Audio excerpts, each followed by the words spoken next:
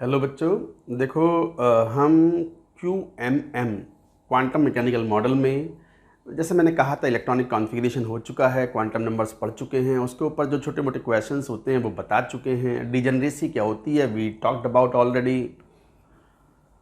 हम probability distribution curves पढ़ रहे थे कि साई क्या होता है, साई स्क्वायर क्या होता है, और 4πr square psi r square क्या होता है। रेडियल प्रोबेबिलिटी डेंसिटी होती है, उनके ग्राफ्स भी होते हैं। हमने एक जनरल इक्वेशन बताई थी ग्राफ बनाने के लिए। किसी भी ऑर्बिटल के लिए साई आर जो होता है रेडियल वेव फंक्शन, उसका एक्सप्रेशन बताया था हमने, और एक जनरल एक्सप्रेशन से आप किसी भी ऑर्बिटल के लिए एक मॉडल इक्वेशन फाइंड आउट कर सकते हो। फिर ग्राफ बनाना आसान काम हो जाता है। तो मतलब एक तरीके से इक्वेशन वापस ये थी, अब हम ग्राफ बनाएंगे। हालांकि मैंने कुछ ऑर्बिटल्स के लिए इक्वेशन लिख करके बताई थी आपको कि इस तरीके से हम इक्वेशंस को लिखते हैं। जनरल इक्वेशन एक बार फिर लिख रहा हूँ, psi r is equal to some k r की power l into a polynomial of degree n minus l minus one which is equal to the radial nodes. जितने रेडियल नोड्स होंगे उतनी बार नोड्स आएंगे, उतनी बार ग्राफ कट करेगा horizontal axis को। e की power minus r upon some k dash. ये के डैश के सब कांस्टेंट हैं, अलग अलग ऑर्बिटल्स के लिए इनकी वैल्यू अलग अलग हो सकती हैं, राइट। अब इसके बेसिस पर जैसे s के लिए लिखा था तो ये वाला टर्म गायब हो जाएगा, क्योंकि s के लिए l की वैल्यू 0 होती है। 1s के लिए लिखा है तो ये वाला टर्म भी गायब हो जाएगा, आएगा ही नहीं, बस e की पावर माइनस। तो अगर मैं जैसे 1s का ग्राफ देखूं तो ग्राफ्स देखिए। अब ग्राफ्स बनाने कोई आसान मुश्किल बात नहीं है, हालांकि इस इक्वेशन की भी जरूरत नहीं पड़ेगी, आप थोड़ी देर में ये सीख जाओगे। जैसे ग्राफ्स 1s ऑर्बिटल के लिए बात करें तो साई आर जो 1s के लिए है वो हो जाएगा सम के और e की power minus r upon k dash. तो अगर मुझे ग्राफ बनाने हो, 3 ग्राफ बनाने होते हैं मुझे हर केस में। 3 ग्राफ कौन से? Psi r versus r, psi r square versus r, 4πr square psi r square versus r. ये इस तरह ग्राफ बनाने होते हैं। तो जैसे 1s ऑर्बिटल है, इसके लिए अगर हम ग्राफ बनाएं तो जब ग्राफ बनाएंगे तो ध्यान दो, साई आर वर्सेस आर, ये वाई फंक्शन है, एक आर जो है वो एक्स फंक्शन है, एक्सपोनेंशियल डिके है, कहीं यहाँ से स्टार्ट होगा and this will be graph will be like this and this value is equal to what, k. Exponentially decreasing graph आता है, एसिम्प्टोटिक हो जाता है to the horizontal axis.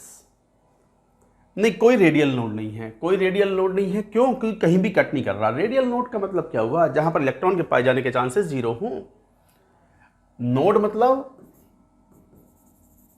Node means जब भी नोड बोले तो साई स्क्वायर 0 कर दो, और जब साई स्क्वायर 0 होगा तो साई को भी 0 कर दो। साई को भी 0 कर दो, साई स्क्वायर को भी 0 कर दो, तो साई आर स्क्वायर भी 0 हो जाएगा, साई आर भी 0 हो जाएगा। तो 0 कहीं हो ही नहीं रहा, तो नो रेडियल नोड।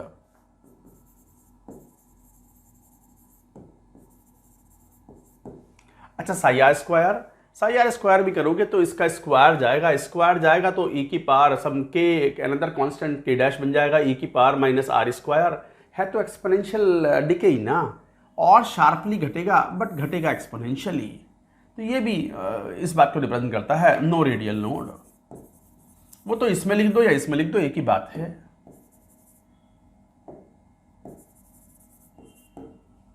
तो 1s के अंदर कोई रेडियल नोड नहीं है। एंगुलर नोड नहीं मालूम पड़ते साई आर से, साई आर रेडियल नोड बताएगा, स्फेरिकल नोड या रेडियल नोड, राइट। इसके बाद वैसे भी पता है नंबर ऑफ रेडियल नोड्स क्या होते हैं, n minus l minus one, उससे भी मालूम पड़ जाएगा। जैसे 1s के लिए n minus l minus one की value for 1s is equal to 0 है। 0 है तो 0 बार कट करेगा हॉरिजॉन्टल एक्सिस को। हॉरिजॉन्टल एक्सिस मतलब एक certain finite distance of nucleus पर जहां प्रोबेबिलिटी ऑफ फाइंडिंग इलेक्ट्रॉन 0 है, यहां कहीं भी 0 नहीं है, घटती जा रही है जैसे जैसे न्यूक्लियस से दूर जा रहा है। ये न्यूक्लियस है, तो जैसे जैसे न्यूक्लियस से दूर जा रहे हैं इलेक्ट्रॉन के पाए जाने के probability density is decreasing. 4 pi r square psi r square. अब इसमें आर स्क्वायर वाला टर्म भी मल्टीप्लाई हो गया तो फिर ग्राफ की नेचर ऐसी हो जाएगी, इस टाइप से, ये पीक आएगी। क्यों? अब अगर देखो तो मान लो वाई फंक्शन क्या हो गया, 4 pi r square psi r square, ये वाई फंक्शन है। तो एक तरीके से ये वाई फंक्शन है, 4 pi r square psi square r का फंक्शन है, और जाई आर भी तो आर का फंक्शन होता है, तो आर का फंक्शन है इस टाइप का। तो एक तरीके से ये हो गया 4 pi r square into psi r square some k square e की power minus 2r upon k dash. बाकी सब तो कांस्टेंट वांस्टेंट हैं, एक ये वाला आर स्क्वायर वाला टर्म, एक ये कहलाता है प्री एक्सपोनेंशियल फैक्टर।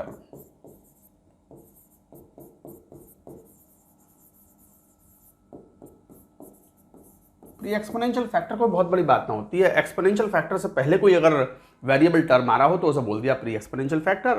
तो इसका मतलब शुरुआत में ग्राफ पैराबोलिक होगा, r square y is equal to r square, r के रेस्पेक्ट में पैराबोलिक होगा। बाद में जो एक्सपोनेंशियल डिके है इट टेक्स द डोमिनेंस, ये डोमिनेंट हो जाता है और ग्राफ फिर घटके तो वहीं पहुंचना है। न्यूक्लियस से बहुत दूर चले जाओगे तो इलेक्ट्रॉन के पाए जाने के चांसेस नेग्लिजिबल हो जाते हैं, ग्राफ बिकम एसिम्प्टोटिक। अच्छा, ये शो करता है पीक, ये पीक शो करता है। क्या शो करता है कि this is the maximum probability of finding the electron, maximum radial probability at a distance. Hydrogen के लिए ये जो वैल्यू आती है R1 for hydrogen, this comes out to be 0.5 to 9 angstrom. अगर आप ध्यान से देखो तो Bohr's first radius hydrogen atom के लिए यही होती है 0.5 to 9 एंगस्ट्रॉम। मैथमेटिकल कैलकुलेशंस जब इसको मैक्सिमम फाइंड आउट करने के लिए इस फंक्शन को डिफरेंशिएट करके जीरो करते हैं तो यहाँ से जो एक्सप्रेशन निकल के आता है, आर की वैल्यू निकल के आती है कि कितने डिस्टेंस पर मैक्सिमम आएगा, इलेक्ट्रॉन के पाए जाने के चांसेस मैक्सिमम होंगे, रेडियल प्रोबेबिलिटी मैक्सिमम है यहाँ, मैक्सिमम रेडियल प्रोबेबिलिटी।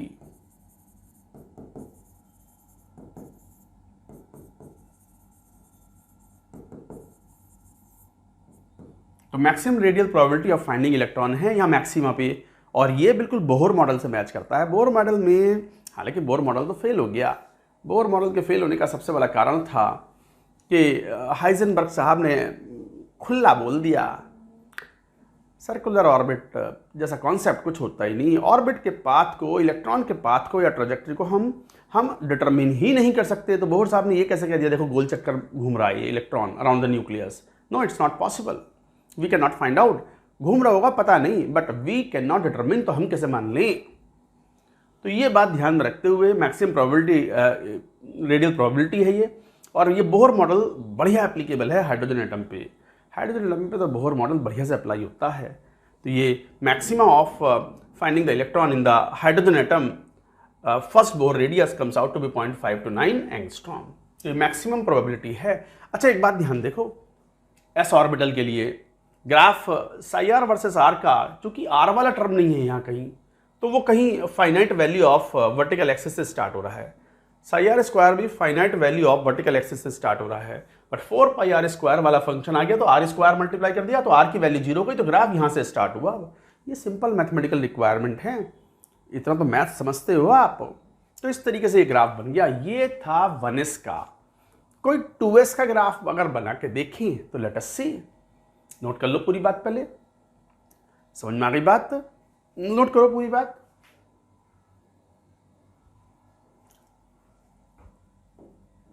जरा 2s का ग्राफ देखना, 2s, तो साई 2s कैसे लिखोगे जनरल एक्सप्रेशन में, सम के आर की पावर तो 0 आएगा ही, और एक पॉलिनोमियल आ जाएगा सम के डैश माइनस आर, और ये आ जाएगा यहाँ इनटू ई की पावर माइनस आर अपॉन के डबल डैश लिख दो। ये सब तो कॉन्स्टेंट्स हैं। अगर मुझे ग्राफ बनाने हुए इसके लिए 3 ग्राफ अगर मैं बनाऊं, साई आर वर्सेस आर और wave function, radial wave function, psi r square versus r, radial probability density, 4 pi r square psi r square versus r. मुश्किल बिल्कुल नहीं है ये, अब तो सब कुछ ट्रेंड्स में चल रहा है। कुछ देर बाद तो ये एक्सप्रेशन भी भूल जाना, कोई ज़रूरत नहीं है इसकी। तो यहाँ से अगर ध्यान से देखो तो आर की वैल्यू 0 है तो कुछ एक ग्राफ कहीं यहां से स्टार्ट होगा, हो गया। बट जैसे जैसे आर बढ़ेगा तो ये टर्म जो है वो घटेगा, तो ये वैल्यू घटती चली जाएगी लीनियरली ऑलमोस्ट। बट एक आर की वैल्यू ऐसी आएगी के डैश के बराबर जब आर होगा तो ये कट मारेगा, उसके बाद आर और बढ़ेगा तो ये टर्म नेगेटिव हो जाएगा, नीचे भी जाएगा ग्राफ। उसके बाद ये एक्सपोनेंशियल डिके वाला टर्म ग्राफ को बिल्कुल हॉरिजॉन्टल ले आने की पूरी कोशिश करता है, and like this. So graph की नेचर ऐसी होगी, यहाँ साई आर की वैल्यू पॉजिटिव है और यहाँ साई आर की वैल्यू नेगेटिव है। Psi r can be positive और negative depending upon the coordinates. ये पॉइंट नोड बताता है, दिस इज नोड, ये रेडियल नोड है। रेडियल नोड हमेशा ये न्यूक्लियस था, ध्यान देना, न्यूक्लियस एक फाइनाइट डिस्टेंस पर रेडियल नोड होते हैं। So this is radial node. Graph अच्छा ये कैसा बनेगा, ये भी यहीं से कहीं से स्टार्ट होगा, स्क्वायर कर दोगे तो ठीक है, स्क्वायर आ गया। पर जैसे जैसे आर बढ़ेगा ये घटेगा इस तरीके से, कट तो मारेगा कहीं, वहीं कट मारेगा जहां पर ये कट मारा था, इधर कट मारने के बाद नीचे ना जाएगा ग्राफ, क्योंकि स्क्वायर है ना, नेगेटिव टर्म का भी स्क्वायर करोगे तो पॉजिटिव आ जाएगा, तो इसका मतलब ग्राफ यहीं से घूम जाएगा लाइक दिस, इस टाइप से। और ये रेडियल नोड को रिप्रेजेंट करता है। ये रेडियल नोड अगर x डिस्टेंस पर है तो यहां भी x ही डिस्टेंस पर होगा। रेडियल नोड मतलब जहां पर psi r square is 0। Radial node means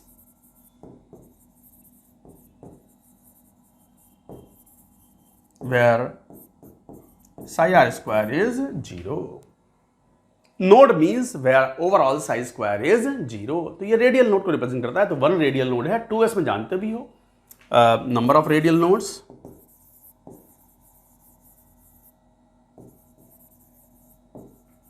in 2s is equal to n minus l minus 1, 2 minus 0 minus 1, 1, तो है ना 1 रेडियल नोड। अच्छा यहाँ 4 पाई आर स्क्वायर मल्टीप्लाई किया, ग्राफ ऊपर से नहीं नीचे से चालू हो जाएगा, और नीचे से चालू होगा तो ग्राफ ऐसा हो जाएगा,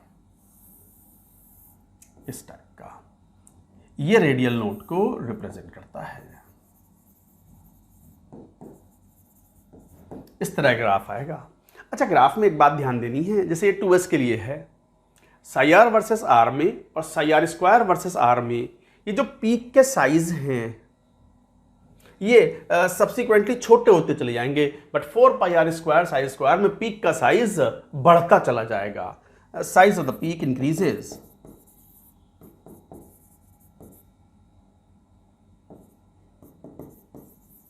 increase with r in 4 pi r square psi r square versus r. बाकी यहां घटेगा, इन दोनों में ये पीक का साइज घटता है, इन दोनों में पीक का साइज घटेगा, यहां पीक का साइज बढ़ेगा। तो size of the peaks increase with r in 4 pi r square psi r square versus r. ये तो मैथमेटिकल रिक्वायरमेंट है, इसमें हम क्या करेंगे, ग्राफ नीचे नहीं भागेगा, क्यों, पॉजिटिव टर्म्स हैं, नेगेटिव का स्क्वायर भी करोगे तो पॉजिटिव ही आ जाएगा। अब सुनो, अब मुझे इक्वेशन की जरूरत नहीं है, मुझे एस के लिए ns के लिए जनरल ग्राफ दिखाई पड़ रहा है कि कितनी बार, मान लो मुझे 2s छोड़ो, मैं तो 5s बना लेता हूं। 5s का मतलब नंबर ऑफ रेडियल नोड्स कितने होगा, 4, 4 बार कट मारेगा, ऊपर से स्टार्ट होगा psi r versus r, psi r square versus r, और 4 pi r square psi square versus r जो है वो नीचे ओरिजिन से स्टार्ट होगा और पीक का साइज बढ़ेगा। तो मुझसे कोई कहे 3s का बना दो, 4s का बना दो, तो अब मैं बना दूंगा। इक्वेशन की जरूरत है, कहीं भी कोई जरूरत ना है। कैसे जरूरत ना है, एक बार जरा लिखियो ये सब, मैं बताता हूं।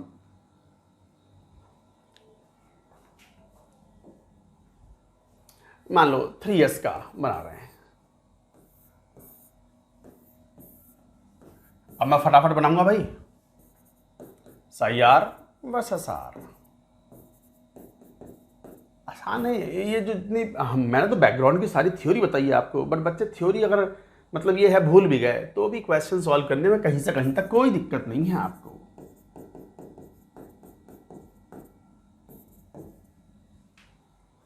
तो psi r versus r, psi r square versus r, 4 pi r square psi r square versus r. अच्छा 3s है, 2 बार कट मारेगा, ऊपर से स्टार्ट करो, 2 बार कट मारेगा, 1 कट मार दिया, 2 कट मार दिया, बस साइज ऑफ द पीक घटाते आना है, प्लस है, ये माइनस है, ये प्लस है। ये दो रेडियल नोड्स हैं। अच्छा यहीं से फिर स्टार्ट करो, ऊपर से ही 2 बार कट मारेगा वहीं, बट कट मार के नीचे ना जाएगा इस टाइप से। तो 2 रेडियल नोड होगा, ये रहे 2 रेडियल नोड्स। क्यों? हमें पता है 3s में नंबर ऑफ रेडियल नोड्स कितने, n-l-1, 3 - 0 - 1 तो 2 हैं। तो 2 बार कट मारना है, ऊपर से आओ, बट 4πr² में ऊपर से मत आओ, ओरिजिन से भागो। यहाँ ये लो कितना, और पीक का साइज बढ़ाते जाओ, 1 2 3, पीक का साइज बढ़ाते चले जाओ। ये 2 रेडियल नोड्स हैं। यहाँ प्रोबेबिलिटी ऑफ फाइंडिंग इलेक्ट्रॉन 0 है। इतनी डिस्टेंसेस पर प्रोबेबिलिटी ऑफ फाइंडिंग इलेक्ट्रॉन 0 है। इस तरीके से ग्राफ है। हम मुझसे कोई 4s कह ले तो आप बस मैं टाइम नहीं लगाऊंगा, अभी समझ गया तुम कौन सा वाला है। ऊपर से चालू होगा, कितनी बार कट मारेगा, 3 बार, 1 2 3, ये लो। ये वाले को ले लो, कौन सा, कितना 3 बार कट मारेगा, 1 2 3, ये लो।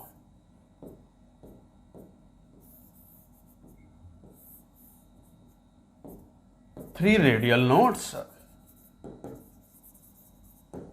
रेडियल नोड मतलब psi r² इज 0। नोड्स मतलब कोई सा भी नोड्स हो, साई स्क्वायर को 0 करना है। अच्छा ये 3 बार कट मारेगा, मगर यहां से पीक का साइज घटाना नहीं है, आप बढ़ाना है।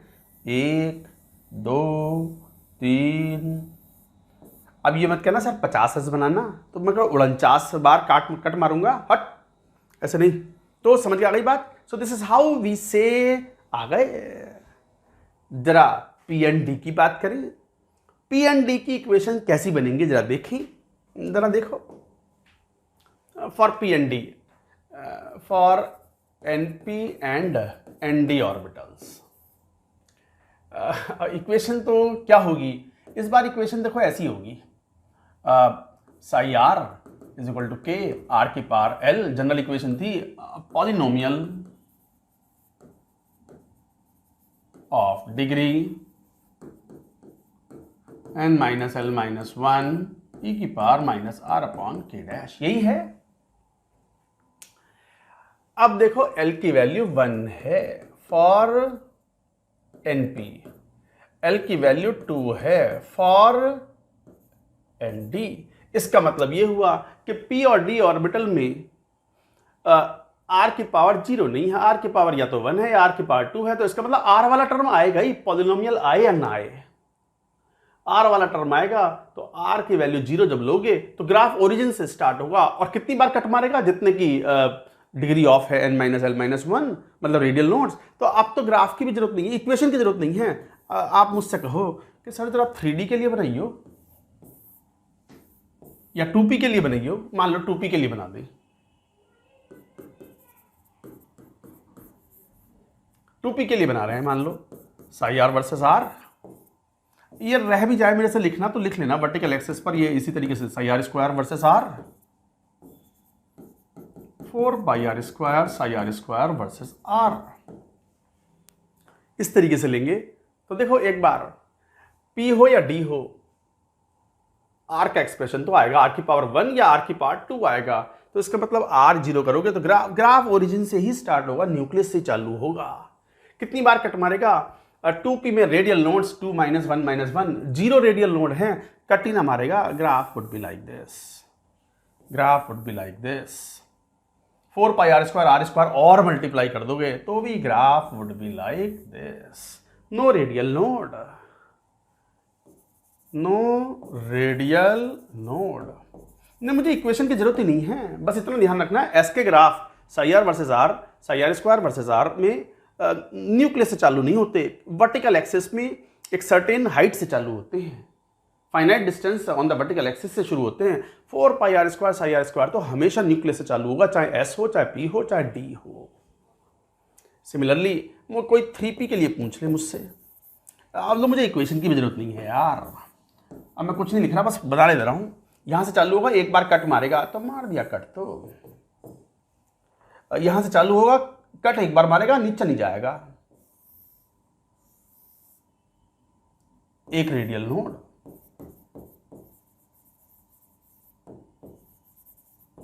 नीचे से जाएगा, एक बार कट मारेगा, पीक का साइज बढ़ेगा, 1 रेडियल नोड।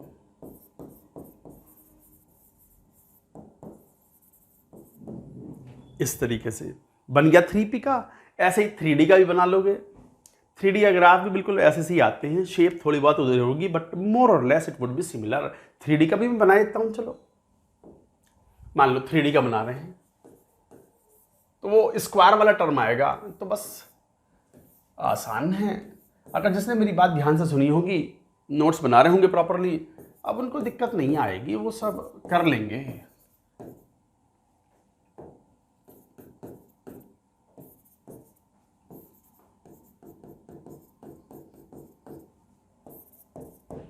नहीं आएगी उनको दिक्कत। तो क्या 3D में ग्राफ तो यहीं से चालू होंगे सब। एस वाले जो होते हैं बस, जो psi r versus r, psi r square versus r, nucleus से शुरू नहीं होते, वो एक finite distance on the vertical axis से चालू होते हैं। ये तो सब न्यूक्लियस से शुरू हो रहे हैं, कोई रेडियल नोड नहीं है। n-l-1 3D के लिए 3 - 2 - 1 0 है, कहीं ना कट मार रहा, कहीं ना कट मार रहा, कहीं ना कट मार रहा, एक जैसे सही है। शेप थोड़ी इधर उधर होगी बस, और क्या। 4D बनाना हो, ये लो, अब मैं ज़्यादा टीम टाम नहीं कर रहा। टीम टाम मतलब सब कुछ लिख रहा हूँ, समझ जाना तुम वर्टिकल एक्सिस पे क्या है। एक बार कट मारेगा, n-l-1 4D के लिए 4 - 2 - 1 1 आ गया, तो एक बार कट मारना ही है। ये लो,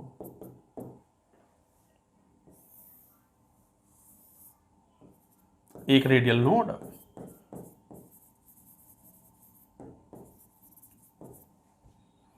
और ये भी ऐसे ही, बस पीक का साइज बढ़ाना है, ये 1 रेडियल नोड, बस ये ध्यान रखना है। I hope you have understood. General equation पता है तो फिर आपसे बड़ा राजा कोई नहीं। You are the king. आपको सब पता है, आप सब जानते हो, स्ट्रेटजिस्ट हो आप, एल के सर के भी गुरु हो आप। अगर आपको जनरल इक्वेशन पता है, कोई सा भी ग्राफ खींच दोगे, खेलोगे, ग्राफ बना बना के देखते हैं। चलो 10s का देखते हैं, पीक बना बना करके। हालांकि इतनी ज़रूरत नहीं होती, बट जब बच्चे कोई नई चीज़ सीखते हैं और सब कुछ समझ में आ जाता है तो हैप्पीनेस रहती तो है। और हैप्पी होने का कोई कारण छोड़ना नहीं चाहिए।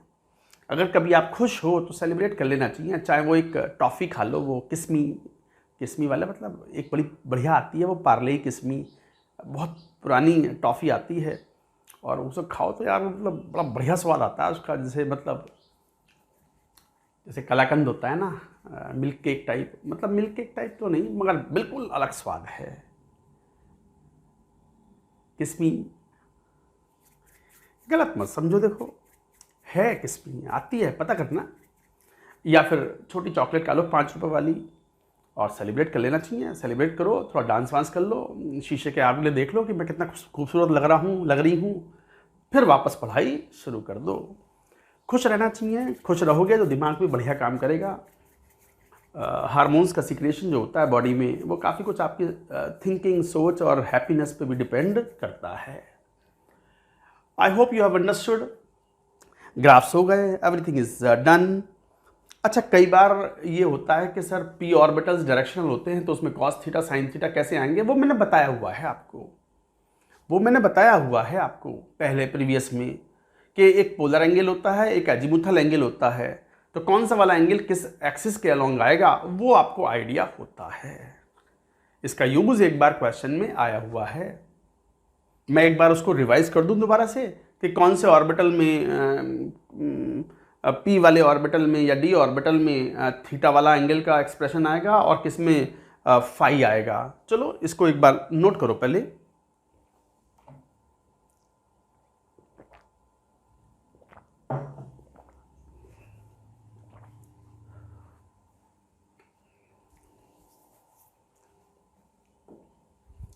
जैसे ये था, हमने कहा था ना कि मान लो हम इस तरीके से इसको मान लो, ये कुछ एक्स वाई और ये जेड है। मान लो कोई एक पॉइंट पी है, रेडियल डिस्टेंस इसकी आर ये रही, ये ओ है मान लो, इसका प्रोजेक्शन एक्स वाई प्लेन में ले लें तो ये पी डैश आ गया, ये ओ पी डैश हो गया। ये एंगल कहलाता है थीटा। थीटा मतलब पोलर एंगल, मैंने बताया हुआ है, मैं रिवाइज करवा रहा हूं। और ये जो प्रोजेक्शन है ओपी डैश, ये जो एक्स एक्स एक्सिस एंगल बनाता है, that is phi, azimuthal angle.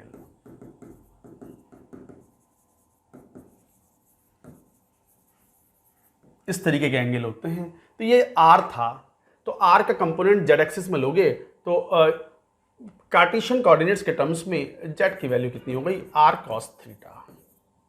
तो इसका मतलब कहीं भी पी जेड ऑर्बिटल होगा तो पी जेड ऑर्बिटल में सम कांस्टेंट आर के function and all that would be there, but साथ में कॉस थीटा भी होगा।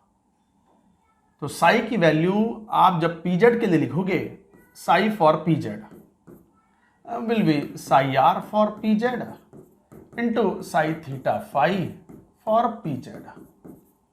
तो ये कुछ आ जाएगा पी जेड के लिए, कोई भी टर्म आ जाएगा पी जेड के लिए, जैसे सम के आर की पावर 1 और मान लो 2pz ले लिया तो एक्सप्रेशन तो आएगा नहीं, e की power minus sum r upon k dash into ये कुछ और के डबल डैश इंटू यहाँ पे जो टर्म आएगा वो कॉस थीटा वाला आएगा, कॉस थीटा वाला। तो r के टर्म्स में चीज़ें होंगी and it will be cos theta. आई समझ में? तो पूरे एक्सप्रेशन में 2pz वाले में बस कॉस थीटा होगा, फाई होगा ही नहीं। आ गई बात समझ में? अच्छा, जैसे अब मुझे y कंपोनेंट लेना हो या z कंपोनेंट लेना हो, x कंपोनेंट लेना हो तो x किसके बराबर होगा, OP का प्रोजेक्शन यहां कितना हुआ, OP डैश कितना हुआ, r sine theta cos phi. Similarly y would be equal to r sine theta sine phi. इस तरीके से होंगे ये। तो इसका मतलब 2pz का एक्सप्रेशन साई ऑफ 2pz जैसे बोला is the function of cos theta. Sai जो जो जो उसका एंगुलर पार्ट होगा, ऐसी साई 2px है, it is the function of 2px में थीटा फाई दोनों होंगे, साइन थीटा कॉस फाई, ये इन्वॉल्व होंगे, साइन थीटा कॉस फाई। ऐसी साइन 2p कॉन y would be function of, उसके अंदर एक्सप्रेशंस में साइन थीटा साइन फाई होंगे। जब वो एक्सप्रेशन देंगे और ये चीजें दिख जाएंगी आपको तो you will be able to relate. JEE advanced में मैथ्स तक वाला क्वेश्चन आया हुआ है, वो क्वेश्चन में ये कॉन्सेप्ट यूजफुल होगा। हालांकि मैं सिखा चुका था, अब मैंने और डिटेल में आपको बात बतला दी। Got it? हो गया बच्चों। अब इसमें एक चीज और लास्ट में बात कर लेते हैं, penetration power of N orbital. तो पेनिट्रेशन पावर में एक काम करते हैं, एक 3s 3p 3d ऑर्बिटल्स के पीक्स को कंपेयर करते हैं कि किस तरीके से ग्राफ्स आते हैं प्रोबेबिलिटी डिस्ट्रीब्यूशन के। तो comparison of 3s 3p 3d, एक ही ग्राफ में अगर कंपेयर करना चाहें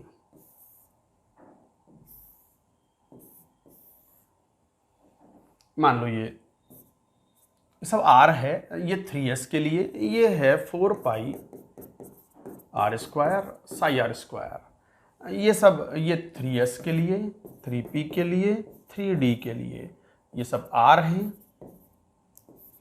एक ही एक्सेस में किसी एटम के लिए अगर कंसीडर करें तो 3s के लिए 2 पीक्स आएंगी and would be like this,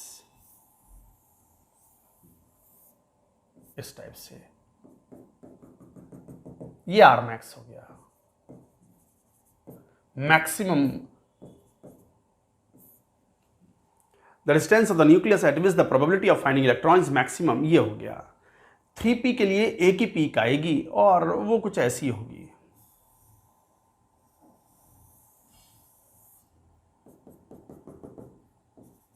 ये है R max for 3p।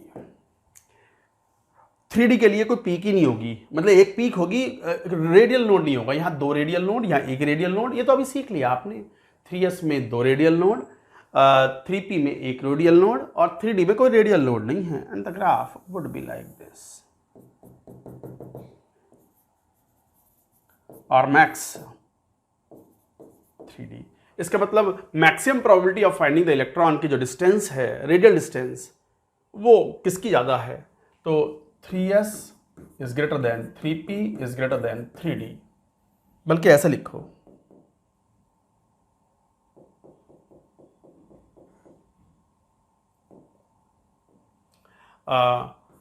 Rmax of 3s is greater than Rmax of 3p is greater than Rmax of 3d। ये decreasing order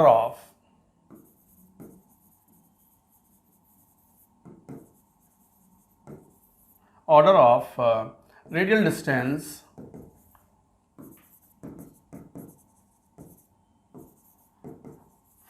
at which maximum radial probability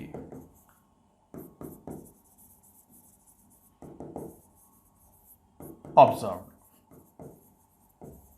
electron के पाए जाने के chances maximum जो radial distance है वो 3s में सबसे दूर है, बट पेनिट्रेशन पावर जो है वो 3s की ज़्यादा है 3p से 3d से, क्योंकि यहाँ ये तो मैक्सिमम का पीक दिख रहा है, यहाँ एडिशनल 2 पीक्स भी तो हैं। They are also bringing the electron quite close to the nucleus. यहाँ पर कोई एडिशनल पीक नहीं है। एक टर्म डिफाइन करते हैं penetration power,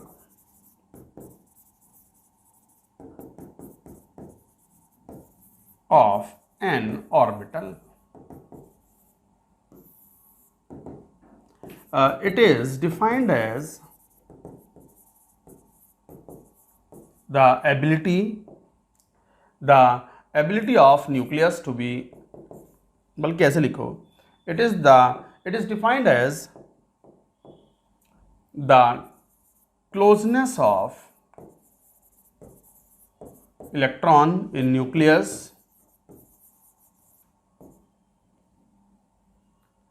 electron in orbital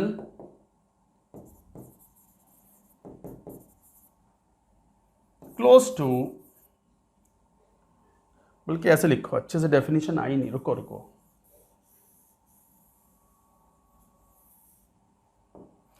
it is the ability of electron in orbital to be close to nucleus। It is the ability of the electron in the orbital to be close to nucleus। कितना nucleus के जितना पास होगा penetration power ज़्यादा होगी। मान लो orbital ऐसा है जिसमें electron more close to nucleus greater will be the penetration power of orbital। तो ऑर्बिटल की पेनिट्रेशन पावर ज़्यादा होगी जितना पास होगा न्यूक्लियस के। तो सर ये तो सबसे दूर तो 3s है। ना, ये तो पीक मैक्सिमा की है।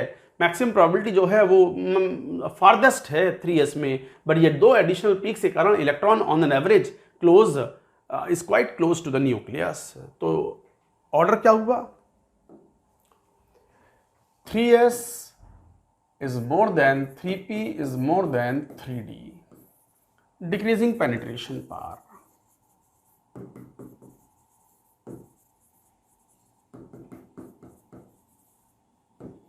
डिक्रीजिंग पेनिट्रेशन का पावर का मतलब more close to the nucleus 3s है। 3s is more close to, 3s spends more time closeness to the nucleus because of the additional peaks। 3s has 2 additional peaks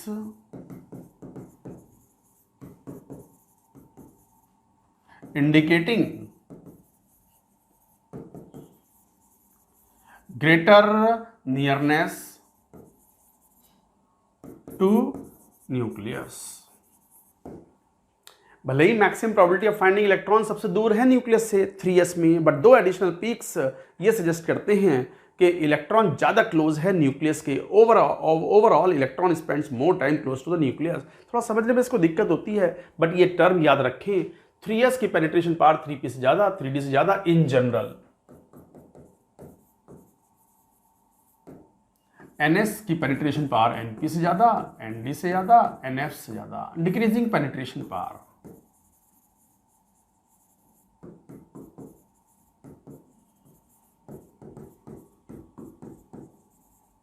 decreasing penetration power का मतलब यह हुआ कि सबसे ज्यादा penetrate करता हुआ न्यूक्लियस के पास अपनी जिंदगी कौन गुजार रहा है? NS सर नहीं है ये, वो कैपिटल NS वाले हैं, वो तो बड़े हैं। तो 3s ज्यादा क्लोज है न्यूक्लियस के 3p के मुकाबले में, 3d के मुकाबले में। तो 3s has 2 additional peaks indicating greater nearness to the nucleus. और क्या बोलोगे? 3s is more close to nucleus.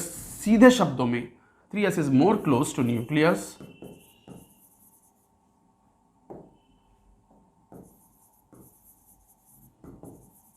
Than 3p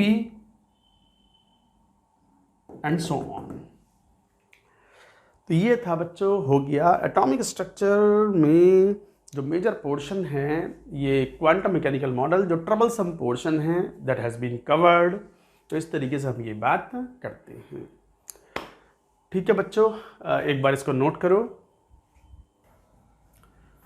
चलो बच्चों, ये खत्म हुआ। अब बात करेंगे हम नेक्स्ट पीरियोडिक टेबल की। हेडिंग लिखो, periodic table and periodicity in properties.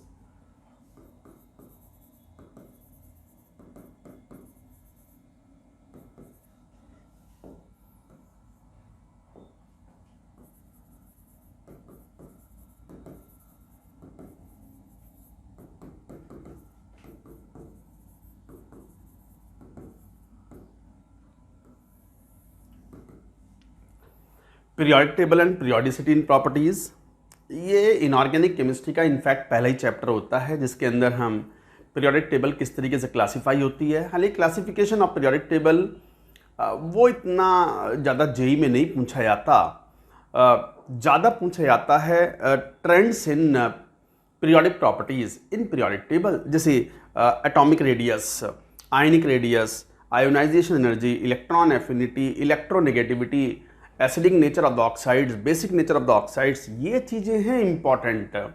Periodic table में 7 हॉरिजॉन्टल रोज होती हैं modern form of the periodic table में, जिन्हें हम पीरियड्स बोलते हैं। 18 वर्टिकल कॉलम्स होते हैं 1 से लेकर के 18 तक, जिन्हें हम ग्रुप्स बोलते हैं। ये सब बच्चे समझते भी हैं, 9th-10th के लेवल पे भी पढ़ चुके होते हैं, 11th में भी कहीं ना कहीं ये चीज़ें आ जाती हैं। फिर भी हम थोड़ा सा बेसिक बात करके आगे बढ़ेंगे। पीरियोडिक टेबल में देखो, पीरियोडिक टेबल में जैसा कि आप जानते हो, पीरियोडिक टेबल जो अब modern form of periodic table है, ऐसा तो है नहीं कि रातों रात बन गई हो। हंड्रेड्स ऑफ ईयर्स के जो एफर्ट्स हैं वो इसमें लगे हैं।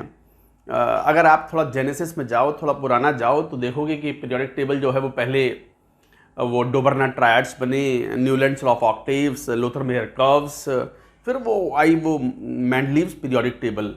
पहली बार मेंडलीव साहब ने क्लासिफिकेशन ऑफ द एलिमेंट्स किया कि सिमिलर प्रॉपर्टीज़ के element should feature at the similar position, और एक टेबुलर फॉर्म में टेबल बना करके कॉलम्स और रोज में पीरियड्स एंड ग्रुप्स उनके नाम दिए, और उनके बेसिस पर उन्होंने पीरियोडिक टेबल बनाई। काफ़ी फेमस हुई, काफ़ी उनका नाम हुआ। बट जितने भी एफर्ट्स थे, चाहे वो डोबरना ट्रायड्स हों, चाहे वो न्यूलैंड्स लॉ ऑफ ऑक्टेव्स हो, चाहे वो लोथर मेयर कर्व्स हों, चाहे वो मेंडलीव्स की पीरियोडिक टेबल हो, सभी का classification it was based on the fundamental property, मानते हुए एटॉमिक मास को। भाई यही गलती की सबने ये माना कि the properties of the elements are the periodic function of their atomic masses. Atomic masses के बढ़ते हुए क्रम में उन्होंने अरेंज किया, ऐसा नहीं था। इन एक्चुअल मोजले साहब ने पहली बार बेस्ड ऑन द मोजलेज एक्सपेरिमेंट उन्होंने कहा कि the physical and chemical properties of the elements they are the periodic function of their atomic number, not the atomic masses। तो क्या है मोजलेस पीरियोडिक लॉ? शुरुआत यहीं से करेंगे, Moseley's periodic law.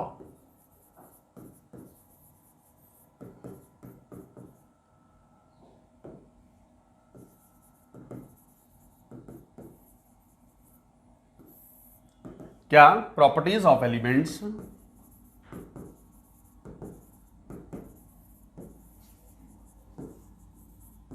Are the periodic function of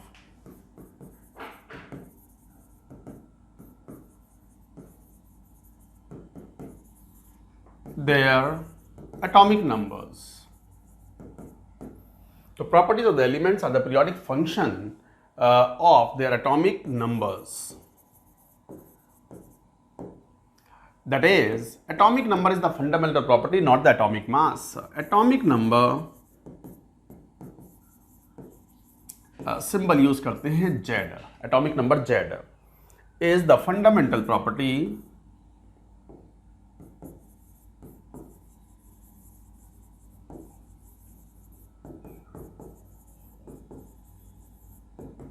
not the atomic mass.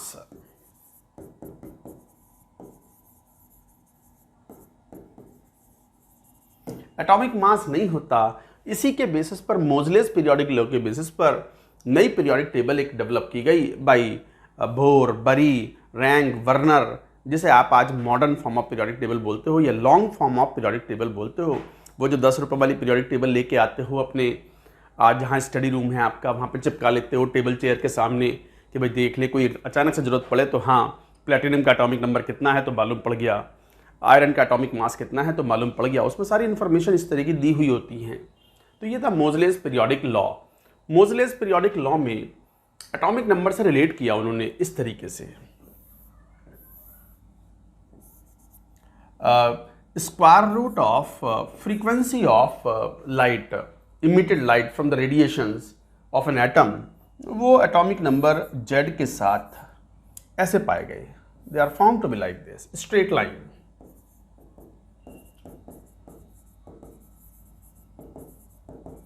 And the variation was found to be like square root nu is equal to a Z minus b, where Z is the atomic number, A and B are proportionality constant. Actually B कहलाता है, B की जगह कई बार sigma भी use करते हैं, which is called shielding constant. Sigma भी लिख सकते हो। हाँ,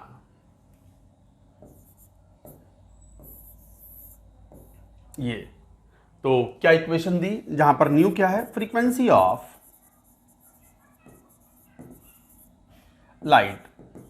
स्पेक्ट्रम के अंदर हर एलिमेंट का अपना एक स्पेक्ट्रम होता है, बड़ा डिस्टिंक्ट होता है, and that is characterised by the wavelength of frequency. तो frequency is the fundamental property of any spectrum that is more closely related with atomic number, not related with atomic mass. Z is atomic number,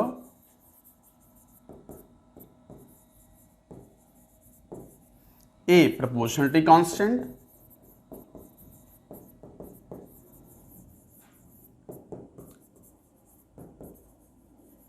and sigma is called shielding constant.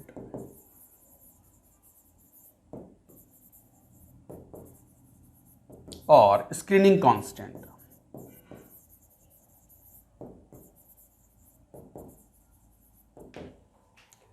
तो Z atomic number कहलाता है, A proportionality constant है, sigma shielding constant और screening constant है। तो इस तरीके से ये कहलाता है। अच्छा, ये साफ दिखाई पड़ता है कि square root of the frequency of the emitted light from the spectrum is more closely related directly proportional to Z। Atomic mass से कोई रिलेशन नहीं है और ये एक स्ट्रेट लाइन पाई जाती है root of nu versus Z में। तो कभी कभी ये इस पे क्वेश्चन पूछ सकते हैं कि what is the relation between root of nu. हालांकि ये रिलेशन कोई नई बात नहीं है, इसका सेंस आप ऐसे भी लगा सकते हो, जैसे कई बार मॉडर्न फिजिक्स में आप पढ़ते हो बोहर मॉडल। तो बोहर मॉडल में जो वेवलेंथ की इक्वेशन होती है कि इमिटेड लाइट की वेवलेंथ कितनी होगी, वो इस तरीके से दी हुई होती है, इस तरीके से। तो 1/λ इज इक्वल टू RH, याद है formula, Z square 1/n1 square minus 1/n2 square, ये according to the Bohr model.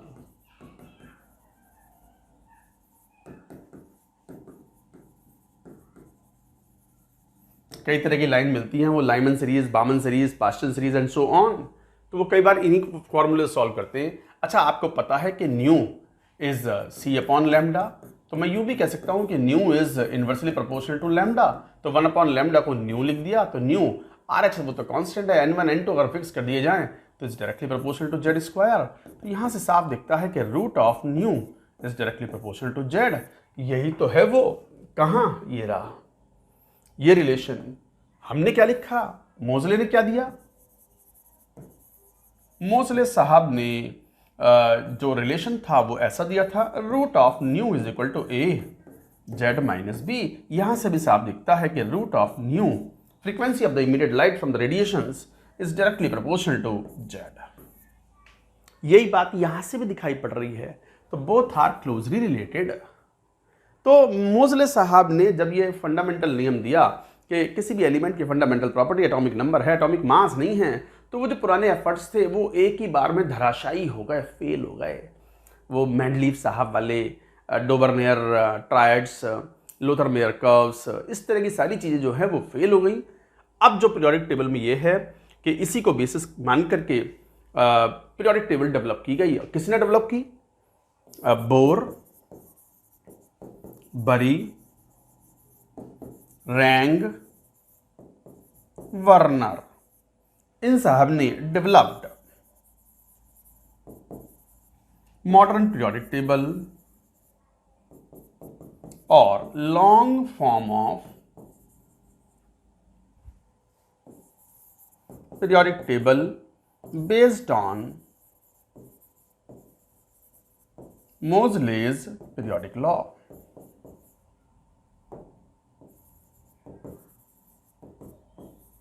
मतलब इन साहब लोगों ने क्या किया, एटॉमिक नंबर के बढ़ते हुए क्रम में एलिमेंट्स को अरेंज करते चले गए और तब देखा कि एक सर्टेन रिपीटिशन के बाद में similar properties elements appear in the similar groups. इस तरीके से पीरियोडिक टेबल डेवलप हुई। क्लासिफिकेशन का पर्पस क्या था, क्लासिफिकेशन का पर्पस यही था ना यार कि जब 2 4 5 एलिमेंट्स डिस्कवर होंगे तो कोई नहीं, याद कर लिए हो गया। बट जब more and more number of elements were discovered, over 100 elements were discovered, तब ये एफर्ट्स शुरू हुए। आज की तारीख में लगभग 118 119 एलिमेंट्स डिस्कवर्ड हैं। तो इतने सारे एलिमेंट्स में बहुत सारे एलिमेंट्स की प्रॉपर्टीज काफ़ी कुछ सिमिलर भी हैं। Lithium, sodium, potassium, rubidium, caesium, alkali metals की properties are quite similar, halogens की प्रॉपर्टीज क्वाइट सिमिलर। तो क्यों ना इनको एक अलग फैमिली में डाल दिया जाए जिन्हें हम ग्रुप्स बोलते हैं, फैमिली और ग्रुप्स। कई बार आपने सुना भी होगा ऑक्सीजन फैमिली, नाइट्रोजन फैमिली, मतलब नाइट्रोजन के ग्रुप वाले elements which show quite similar properties, वो एक जगह पे फीचर होनी चाहिए। ये था बेसिक क्लासिफिकेशन। नोबल गैसेस सब एक जगह आनी चाहिए ताकि उनकी इनर्टनेस के कारण उनकी प्रॉपर्टीज क्वाइट सिमिलर दिखलाई पड़े, एक जगह क्लासिफिकेशन हो। तो इसी डायरेक्शन में ये सारे एफर्ट्स थे। फिर फाइनली जो modern form of the periodic table है इसको डेवलप किया गया, जिसमें 7 हॉरिजॉन्टल रोज हैं, 18 वर्टिकल कॉलम्स हैं and 7 horizontal rows are called periods. अभी 7 पीरियड्स तक ही सफिशिएंट है, बट जब एटॉमिक नंबर काफ़ी बढ़ जाएंगे और एलिमेंट्स डिस्कवर होंगे तो हो सकता है 8वां पीरियड भी ऐड करना पड़ जाए। And 18 vertical columns are there, they are called groups और families. Most of the metals, nearly 70% of the metals are there in the periodic table. लगभग 70% एलिमेंट मेटल्स हैं। रूम कंडीशन पे कोई मेटल अगर लिक्विड है तो वो कौन सी है, मरकरी। नॉन मेटल्स में कौन सा है लिक्विड में, ब्रोमीन। तो इस तरह के छोटे छोटे पॉइंट्स होते हैं। बाकी के एलिमेंट्स में मोस्टली नॉन मेटल्स हैं, कुछ मेटलॉइड्स भी हैं। मेटलॉइड्स में जैसे सिलिकॉन, जर्मेनियम, ये सब मेटलॉइड्स हैं। तो एक बार पीरियोडिक टेबल आप जो है बच्चों एक बार आप बना भी लेना, यहाँ पर एक पेज छोड़ के चलेंगे ताकि एनसीईआरटी में वो पीरियोडिक टेबल बनी हुई है, आप उसको बना भी लेना ताकि रेफरेंस से आपको याद रहे कि यहाँ पीरियोडिक टेबल है। क्वेश्चन पीरियोडिक टेबल में कई बार इस तरीके पूछे जाते हैं कि पीरियोडिक टेबल में जैसे फर्स्ट पीरियड है तो वो कितने एलिमेंट्स है, 2 एलिमेंट, दूसरे वाले में 8 8 18 18 32 32 ऐसे एलिमेंट्स हैं। Number of elements in the periodic table, तो first period, second, third, fourth, fifth, sixth, seventh, इस तरीके से होते हैं ये 2 8 8। इस तरीके से ये पीरियोडिक पीरियड्स में in the modern form of the periodic table these many elements are present. कई बार क्वेश्चन ये आते हैं कि सर कल को अगर फ्यूचर में 8वां पीरियड अगर बनाना पड़ गया तो कितने एलिमेंट आ पाएंगे उसमें, आप ही बताओ। उसका बेसिस क्या होगा? बेसिस होगा वो एनर्जी ऑर्डर ऑफ बाउ रूल के बेसिस पर। कैसे? मैं एक तरीका बताता हूँ। जैसे कोई ये क्वेश्चन पूछ ले आपसे, तो basis of number of elements in a period of periodic table, क्या है बेसिस? ये है जितने इलेक्ट्रॉन्स इसमें फिलअप कर सको, NS, NP, N-1D, N-2F, N-3EF के बाद G। हालांकि अभी तक G ऑर्बिटल्स या G सबशेल की जरूरत नहीं पड़ी है, क्योंकि अभी तो एलिमेंट जितने डिस्कवर्ड हैं, लगभग 118 119 एलिमेंट्स डिस्कवर्ड हैं, उनमें F सबशेल तक ही काम चल जाता है। G की जरूरत नहीं पड़ेगी तो काम मत लोगे। N-4H, ये एग्जिस्टेंस के बेसिस पर। अगर ये एग्जिस्ट करते हैं तो इनमें इलेक्ट्रॉन फिल करो, जितने इलेक्ट्रॉन फिल कर पाओगे। N is called where N is, जितने इलेक्ट्रॉन फिल कर पाओगे उतने ही नंबर ऑफ एलिमेंट्स उस पीरियड में एग्जिस्ट करेंगे, where N is period number. N is called period number. एक बार लिखो पूरी बात जरा।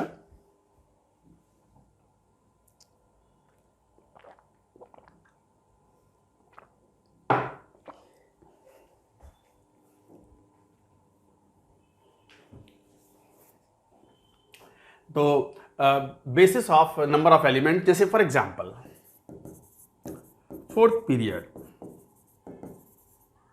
तो n की वैल्यू 4 हो गई। जरा देखना कौन कौन एग्जिस्ट करेगा। 4s एग्जिस्ट करेगा, यस। 4p एग्जिस्ट करेगा, यस। 4-1 मतलब 3d एग्जिस्ट करेगा, यस। 4-2 2f एग्जिस्ट करेगा, no no no no no. तो इसका मतलब 4th पीरियड में ऑर्बिटल्स कितने? 1 ऑर्बिटल प्लस p में 3 ऑर्बिटल्स, d सबशेल में 5 ऑर्बिटल्स, तो 5 3 8 और 1 9 ऑर्बिटल्स। तो टोटल मैक्सिमम इलेक्ट्रॉन्स कितने आ जाएंगे? टोटल नंबर ऑफ इलेक्ट्रॉन्स जो फिलअप हो सकते हैं इन 9 ऑर्बिटल्स में, 9 × 2 18। तो भाई 4th पीरियड में नंबर ऑफ एलिमेंट्स कितने हो गए? 18। बस यही है number of elements that can be accommodated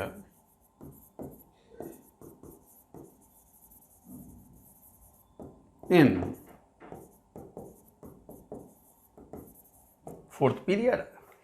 अच्छा, क्वेश्चन आपसे पूछ ले, find number of elements that can be accommodated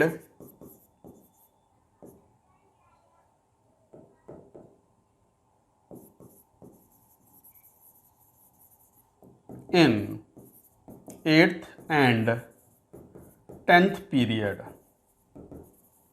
of periodic table. भाई ये पूछ लें ऑन द बेसिस ऑफ यही हंट्स रूल और ये सब रूल एप्लीकेबल हैं।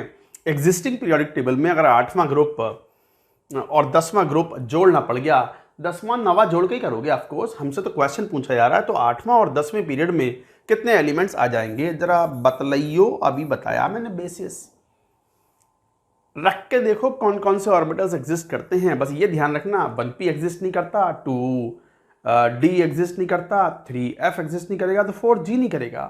5g से शुरुआत होगी। 5g आने वाला है इंडिया में, 4g चल रहा है। 4g वाला भी 3g टाइप चलता है यहाँ। 5g आएगा तो 4g चलने लगेगा। बट कोई नहीं, ये डेवलपमेंट ही तो है, और क्या। जरा बतलाइयो।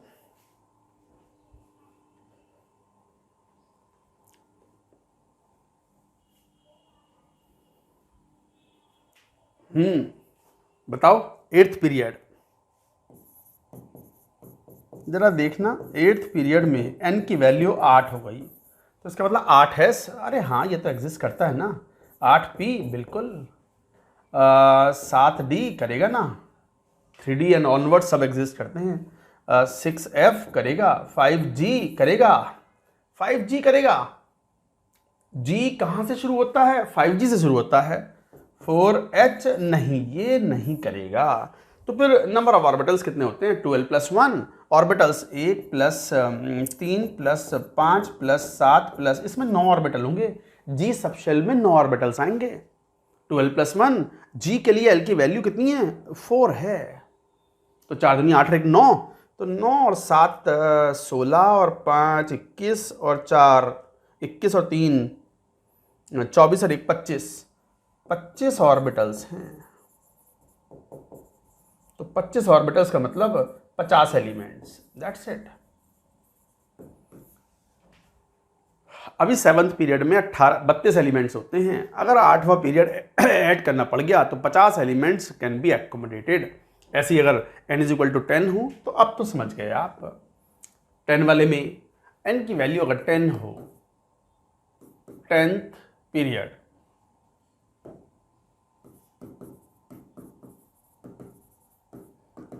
टेन एस यस एग्जिस्ट करता है, 10p 9d करेगा भाई, 8f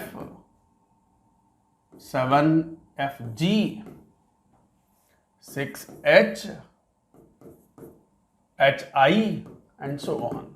जरा देखना, 2p से शुरुआत होती है, 3d से शुरुआत होती है, 4f से शुरुआत होगी, 5g से शुरुआत होगी, 6h से शुरुआत होगी, 7i से शुरुआत होगी। ये तो एग्जिस्ट करेंगे, इनके ये और इनके बाद वाले एग्जिस्ट करेंगे। तो 10s exist, 10p exist, 9d 4f 7g भी एग्जिस्ट, 6h भी एग्जिस्ट, 5i एग्जिस्ट नहीं करेगा।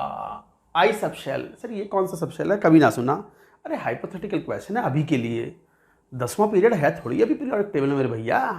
वो तो जब आएगा सब आएगा तो भरेंगे उसमें, हमसे तो क्वेश्चन पूछ लिया जाएगा। तो हमें तो पता होना चाहिए ना कि आने वाले समय में अगर एलिमेंट्स डिस्कवर होंगे तो कैसे भरे जाएंगे। तो फिर बच्चों को ये भी डाउट आएगा, सर एक पेपर पे पेज पे कैसे आएगी पीरियोडिक टेबल? अरे कुछ और तरीका ढूंढा जाएगा, जैसे लेंथेनाइट और एक्टिनाइट सीरीज को नीचे रखा गया, कुछ और उसमें देखा जाएगा। तुम तो अपना IIT लिखो, फ्यूचर जनरेशन देखेंगे, वो सल्टे अपनी चीज़ें, हमें क्या, ठीक है ना। तब तक मैं टाइप भी निमट लूँगा। अरे कोई एकदम वैसे थोड़ी कल ही डिस्कवर हो जाएंगे 50-100 एलिमेंट्स, अगली जनरेशन वो भुगते हैं यार।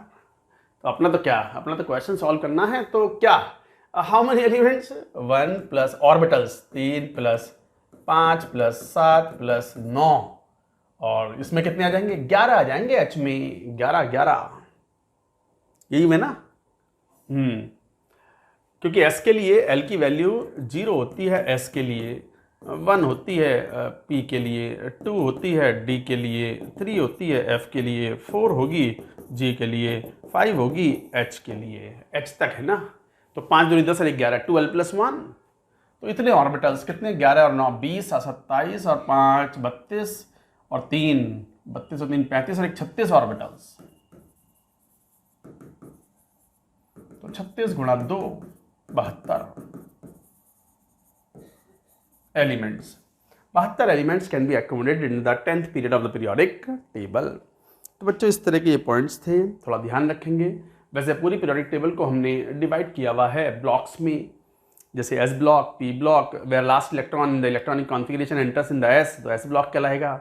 हालांकि helium is the exception, helium P block में नोबल गैसेस के साथ रखा हुआ। Ultimate classification is not based on कि लास्ट इलेक्ट्रॉन कहाँ जाएगा। अल्टीमेट क्लासिफिकेशन है similar properties element should appear in the similar group, ये है।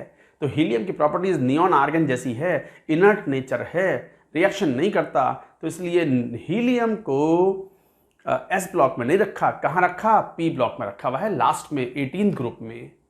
तो ये थोड़ा ध्यान रखने वाली बात है। ग्रुप नंबर 1 से 18 तक इस तरीके से बात करते हैं। तो ब्लॉक्स में डिवाइड किया है, S block, P block, D block, F block elements. तो ब्लॉक के बेसिस से हालांकि F ब्लॉक एलिमेंट्स को हम भरते हैं, फिलअप करते हैं इन द अलग दो 4F एंड 5F सीरीज में, जिसे हम लेंथेनाइट और एक्टिनाइट सीरीज भी बोलते हैं। तो ये सब चीज़ें एक बार आप NCERT से जरूर पढ़ लें। पीरियोडिक टेबल का कंस्टिट्यूशन, कितने ग्रुप हैं, कितने पीरियड हैं, आई थिंक ये आंसर बच्चों को आइडिया भी होता है, मैंने थोड़ा सा आइडिया बता भी दिया, और जो इंपॉर्टेंट चीज़ जहाँ फंसते हैं बच्चे उसका एक आसान सा तरीका बता दिया कि how to find out number of elements in the future periods of the periodic table. I hope you understand.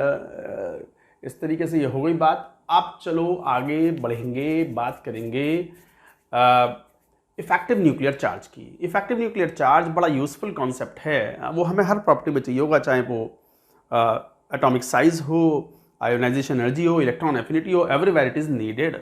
तो हेडिंग लिखो effective nuclear charge.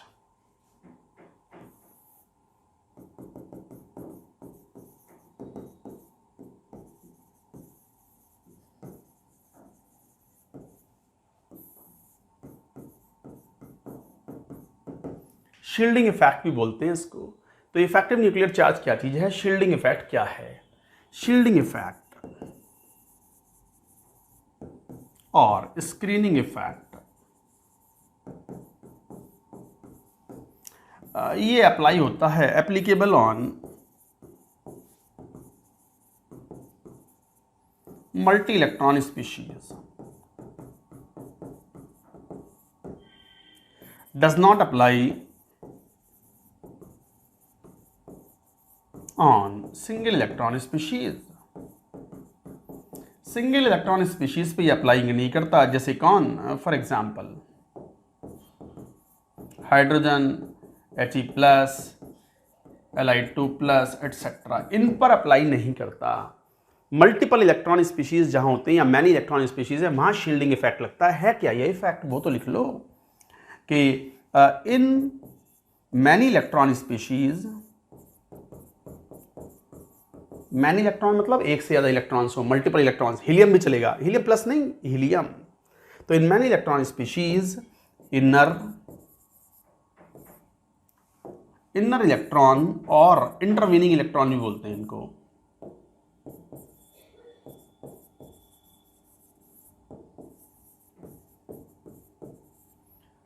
Inner electron और intervening electrons reduce the nuclear force of attraction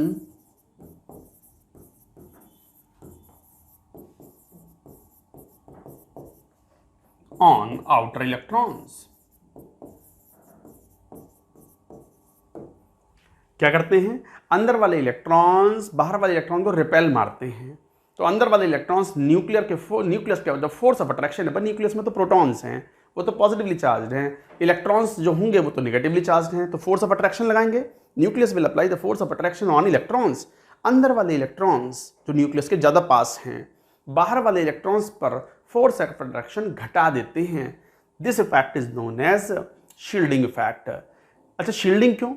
एक तरीके से inner electron shield कर रहे हैं outer electrons को from the effect of nucleus. Shielding समझते हो ना आप? ढाल, वो तलवारबाजी होती है जैसे पिक्चरों में दिखाते हैं, आजकल हिस्टोरिक मूवीज़ भी दिखाते हैं, वो मुगलों के साथ में जैसे युद्ध हुआ करता था राजाओं का, तो उसमें जैसे दिखाते हैं ढाल है, ढाल शील्ड। एक हाथ में ढाल है, दूसरे हाथ में तलवार है, तलवार मारने के लिए, ढाल बचने के लिए उस सामने वाले अपोनेंट के वार से, दुश्मन के वार से। तो शील्डिंग इफेक्ट का मतलब ये हुआ कि जो इनर इलेक्ट्रॉन्स हैं, अटैकर कौन है? न्यूक्लियस अटैक मार रहा है, फोर्स ऑफ अट्रैक्शन मार रहा है। अटैक मार किस पर रहा है? आउटर मोस्ट इलेक्ट्रॉन्स पर, बाहर वाले इलेक्ट्रॉनों पर। अटैक हो किस पर रहा है? बाहर वाले इलेक्ट्रॉन पर। अटैक कर कौन रहा है? न्यूक्लियस। बीच में ढाल की तरह कौन खड़ा है? Inner electrons. तो inner electron shield outer electrons from the attractive influence of nucleus, and this is called shielding effect और स्क्रीनिंग इफेक्ट। तो यही तो लिखा है, inner electrons or intervening electrons reduce the nuclear force of attraction on outer electrons। अगली screen पर चलते हैं। This effect is known as shielding effect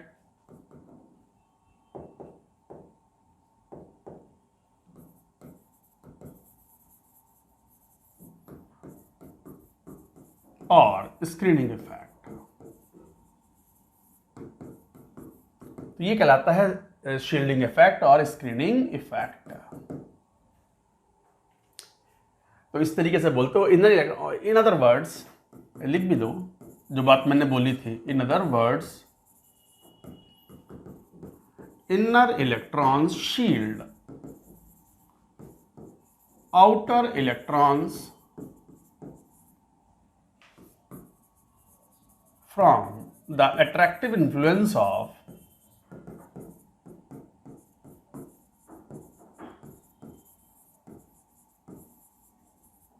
nucleus. Nucleus के अट्रैक्टिव इन्फ्लुएंस से शील्ड करते हैं आउटर इलेक्ट्रॉन्स को। इसे बोलते हैं शील्डिंग इफेक्ट और screening effect. This results into decreased nuclear charge applicable on outer electrons। उसी के बेसिस पर बोलते हैं this result in the decrease nuclear charge applicable on outer electrons. तो this decrease nuclear charge is called effective nuclear charge. This decreased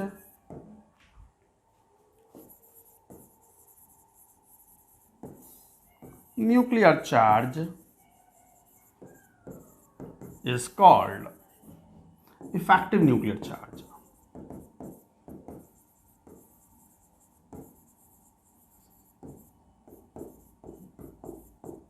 Z effective, और ये Z effective की value होती है effective nuclear charge is equal to Z minus sigma, where Z तो atomic number है of the element and sigma is screening constant।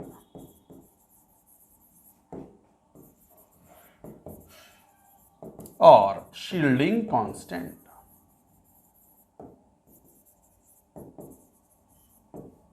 ये है, तो इसका मतलब reduced force of attraction because of the reduced nuclear charge। So reduced nuclear charge, decreased nuclear charge is called effective nuclear charge। Z effective is called effective nuclear charge।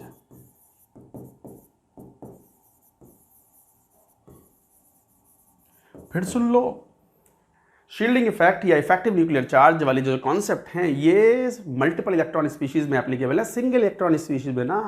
Single electron species जैसे hydrogen है, nucleus के अंदर एक ही तो proton है, बाहर electron में बाहर एक ही इलेक्ट्रॉन है। न्यूक्लियस का सारा फोर्स ऑफ अट्रैक्शन का पूरा अधिकार उस इलेक्ट्रॉन पे ही है। उस इलेक्ट्रॉन को और कोई इलेक्ट्रॉन है ही नहीं उसे बचाने वाला, शील्ड करने वाला। तो यहाँ कोई शील्डिंग इफेक्ट नहीं लगेगा। जेड इफेक्टिव की वैल्यू जेड के बराबर ही होगी सिंगल इलेक्ट्रॉन स्पीशीज में।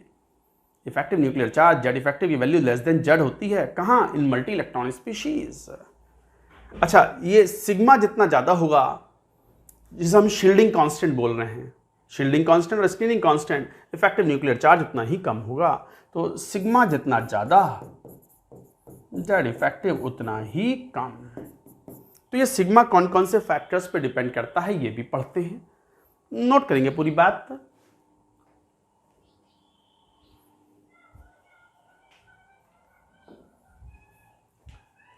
Factors affecting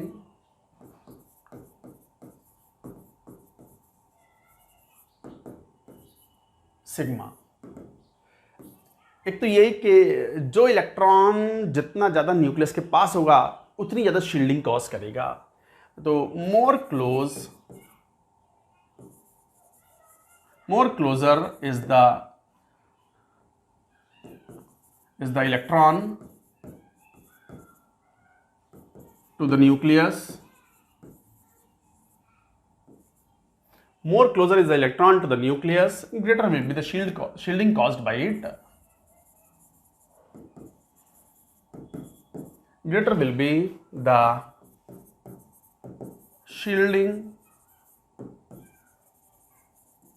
caused by it। तो जो इतना इलेक्ट्रॉन न्यूक्लियस के पास जितना होगा उतना ही ज्यादा शील्डिंग कॉज करेगा। इसका मतलब पेनिट्रेशन पावर के बेसिस पर NS, NP, ND, NF। ये है decreasing order of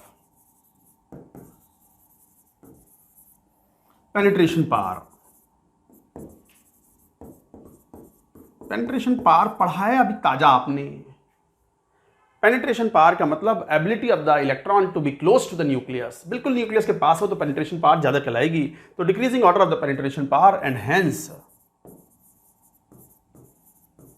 decreasing order of shielding caused.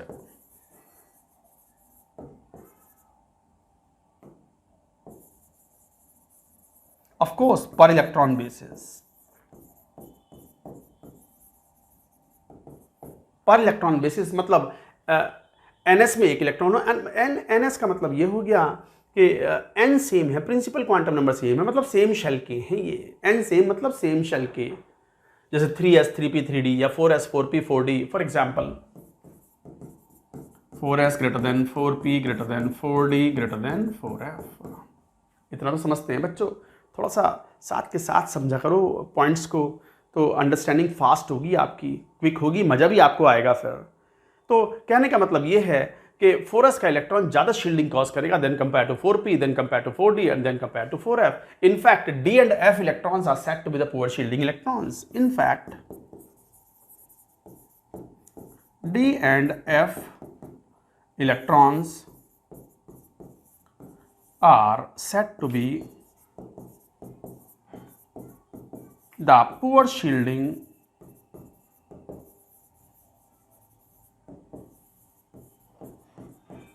Electrons. ये तो और भी मतलब डी और एफ पुअर शील्डिंग है, डी से ज्यादा पुअर शील्डिंग एफ है, एफ वाला तो प्रॉपर्ली शील्ड कर ही नहीं पाता।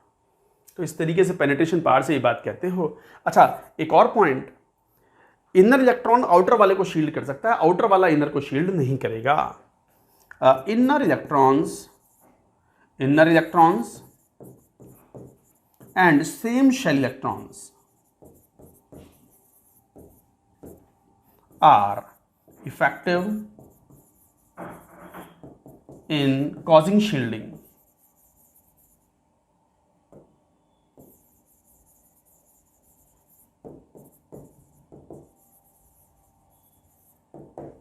अंदर वाला इलेक्ट्रॉन शील्डिंग कॉज करेगा बाहर वाले पे, या सेम शेल वाला भी अपने ही सेम शेल वाले और इलेक्ट्रॉन्स को शील्ड कर सकता है। Outer electrons are not effective in shielding. Outer electrons are not effective in shielding. Outer electrons की वजह से अंदर वाले इलेक्ट्रॉन्स पर शील्डिंग नहीं होती, अंदर वाले इलेक्ट्रॉन्स की वजह से आउटर वाले इलेक्ट्रॉन्स पर शील्डिंग होती है। तो ये सब कुछ पॉइंट्स होते हैं, तो ये पॉइंट इंपॉर्टेंट है, काम में आएगा। पेनिट्रेशन पावर ऑर्गेनिक केमिस्ट्री में भी काम आएगी, और पीरियोडिक प्रॉपर्टीज पढ़ेंगे, केमिकल बॉन्डिंग पढ़ेंगे, जहां तहां ये कॉन्सेप्ट पेनिट्रेशन पावर वाला काम आएगा।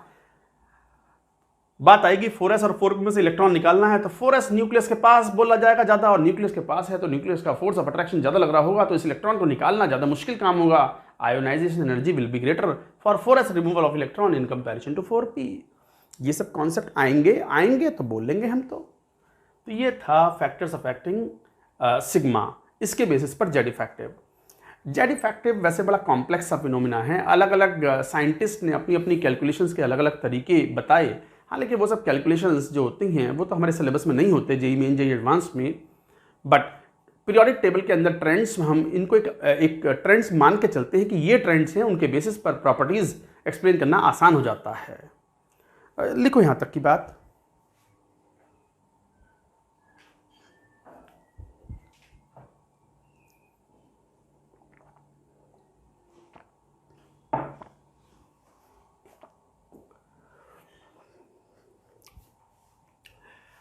Trends of Z effective in periodic table, ये काम आएंगे इनडायरेक्टली।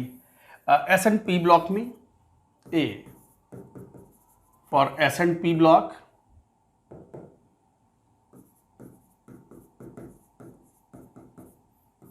S&P ब्लॉक के लिए Z effective increases from left to right. Z effective हालांकि थोड़ा सा बढ़ता है from top to bottom, Z effective top to bottom भी, बट हम कांस्टेंट मानते हैं, तो हमारे जो पीरियोडिक ट्रेंड्स हैं उनमें कोई प्रभाव नहीं पड़ता। तो Z effective nearly remains constant from top to bottom in periodic table in S&P block। वैसे कांस्टेंट होते नहीं हैं, थोड़े से बढ़ते हैं टॉप टू बॉटम आने पर, बट बढ़ने से हम अपनी प्रॉपर्टीज जो हैं उनमें उनके इफेक्ट को अच्छे से स्टडी नहीं कर पाते। Atomic radius, ionic radius, ionisation energy, electron affinity, जो सिखा रहे हैं उससे सीखते जाओ, क्वेश्चन सॉल्व होंगे आपके बढ़िया से। कई बार एग्जैक्टली ये जब भी तो नियरली वर्ड यूज़ किया कि नियरली कांस्टेंट है, वैसे थोड़े से बढ़ते हैं, बट बढ़ने के इफेक्ट से हम कंफ्यूज हो जाते हैं। बाकी प्रॉपर्टीज़ में जैसा सिखा रहे हैं वैसे सीखो। तो Z effective nearly remains constant from top to bottom, ये तो था S&P ब्लॉक में। B for D block elements, F block हमारे सिलेबस में नहीं होते, हम बहुत डिटेल में नहीं पढ़ते उन चीज़ों को। तो for D block elements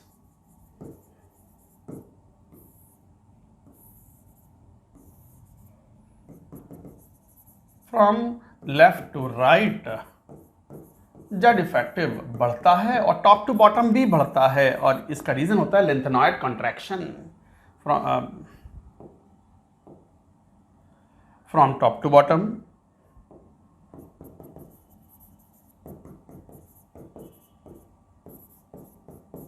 Z effective increases, तो टॉप टू बॉटम भी जेड इफेक्टिव बढ़ रहा है। मतलब कहने का मतलब है 3D से ज़्यादा 4D के एलिमेंट्स, 4D से ज़्यादा 5D सीरीज के एलिमेंट्स का जेड इफेक्टिव होगा। ये डी एंड एफ ब्लॉक में, तो डी एंड एफ ब्लॉक में एक तरीके से लेफ्ट राइट जाने पर जेड इफेक्टिव भी बढ़ रहा है, टॉप टू बॉटम भी जेड इफेक्टिव बढ़ता है। इसका यूज़ भी आएगा कोऑर्डिनेशन केमिस्ट्री में, जब हम क्रिस्टल फील्ड थ्योरी पढ़ेंगे, इस ऑक्टाहेड्रल स्प्लिटिंग की बात करेंगे, डेल्टा ओ। जिन बच्चों ने थोड़ा बहुत पढ़ रखा होगा या इनको आइडिया भी होगा इस बात को, हाँ यार कह तो सही रहे हैं सर। तो सारी चीज़ें देखो इंटर रिलेटेड होती हैं, लिंक्ड होती हैं सारी चीज़ें। कौन सी चीज़ घूम के कहाँ आएगी, है तो केमिस्ट्री ना। केमिस्ट्री नहीं, हमारे गुरुजी थे वो केमिस्ट्री बोलते थे। वो हम 10th में पढ़ते थे। वैसे तो रसायन विज्ञान बोलते थे, बट कभी कभी अंग्रेजी, उत्तर प्रदेश में अंग्रेजी में हाथ थोड़ा तंग होता है लोगों का। नहीं उत्तर प्रदेश ही क्यों, राजस्थान, यूपी, एमपी, बिहार, ये जो हिंदी भाषी हैं, थोड़ा हाथ तंग होता है गाँव में। शहर के लोग तो अंग्रेजी बोलते हैं खूब फर्राटेदार, बट गांव में, कस्बों में हाथ थोड़ा तंग तो होता ही है। आप में से कुछ समझ रहे होंगे, क्या सर आप भी ना दुखती रख पर हाथ रख देते हो। शहर वाले हंस रहे होंगे, अरे छोटे लोग ना, हम छोटे ना हैं, हम ठीक है। अंग्रेजी ऐसा थोड़ी है, लॉजिक तो लॉजिक होता है, मैथ्स पूरा लॉजिक पर चलता है, केमिस्ट्री फिजिक्स भी लॉजिक पर चलती है। लॉजिकल अंडरस्टैंडिंग है, वो हिंदी में सोचो या अंग्रेजी में सोचो, उससे क्या फ़र्क पड़ रहा है। ऐसा थोड़ी है IIT में हिंदी वालों का सिलेक्शन नहीं होता या इंग्लिश वालों का सबका सिलेक्शन हो जाता है, ना ना। Logic is unbeatable. Once you are logical, your reasoning is good. Nobody can beat you. You will get succeeded into the exams you appear in. थोड़ी सी अंग्रेजी मैं भी बोल लेता हूँ इस टाइप से। हाँ, ये थे। तो इन ट्रेंड्स का यूज़ किया जाएगा। अब हमारे पास पीरियोडिक ट्रेंड्स में, पीरियोडिसिटी इन प्रॉपर्टीज़ में 4 मेन ट्रेंड्स पढ़ने हैं हमें। Atomic size, ionization energy, electron affinity and electronegativity. एक बार ये पूरी बात नोट करो जरा।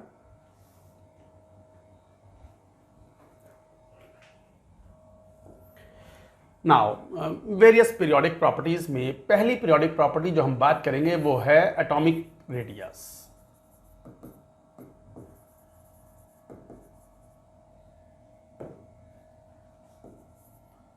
और एटॉमिक साइज भी बोल देते हैं कई बार इसको, एक ही बात है वो तो। एटॉमिक साइज मतलब एटम का साइज। वैसे तो एंगस्ट्रॉम में होता है, बहुत छोटे होते हैं एटम, बट छोटे कहने से थोड़ी होते हैं, मतलब साइज तो मेजर करना ही पड़ेगा ना। अब मेजर करने के लिए ऐसा तो है नहीं कि एक एटम कहीं से लिया है, एक एटम को आइसोलेट कैसे करोगे। It is not possible to isolate an atom. दूसरी बात है एटम को ले भी आए मान लो, तो एटम में न्यूक्लियस है, न्यूक्लियस तो चलो हार्ड स्फीयर है, और इलेक्ट्रॉन तो इलेक्ट्रॉनिक क्लाउड है, वो तो ऐसा थोड़ी वर्नियर कैलिपर्स खोला, उसमें लगाया, साइज नाप दिया, इतना सर 1.3 एंगस्ट्रॉम, ऐसा थोड़ी होता है। इलेक्ट्रॉन की position is not certain and electron is a very rare medium like हवा। हवा का क्या साइज है ऐसे नापोगे वर्नियर कैलिपर्स में भाई। मतलब कहने का मतलब है कि किसी एटम का एग्जैक्ट साइज हम एब्सोल्यूट तरीके से फाइंड आउट नहीं कर सकते, तो फिर हम इनडायरेक्ट मेथड यूज करते हैं, बॉन्डिंग मेथड। तो various bonding methods are used for the measurement of atomic radius. इसमें 3 तरह की रेडियस बड़ी इंपॉर्टेंट होती हैं, covalent radius, metallic radius and van der Waals radius. तो एटॉमिक साइज मतलब size of the atom, size of the atom angstrom में जो भी मेजर कर रहे हैं, मतलब it is the atomic radius कैसे डिफाइन होगा, it is the distance between centre of the nucleus and, या न्यूक्लियस का सेंटर या न्यूक्लियस ही बोल दो, न्यूक्लियस भी सेंटर जैसे ही है, छोटा होता है बहुत एटम के साइज के कंपैरिजन में। तो न्यूक्लियस और आउटर मोस्ट इलेक्ट्रॉन के बीच के डिस्टेंस को हम एटॉमिक रेडियस बोलते हैं। तो atomic radius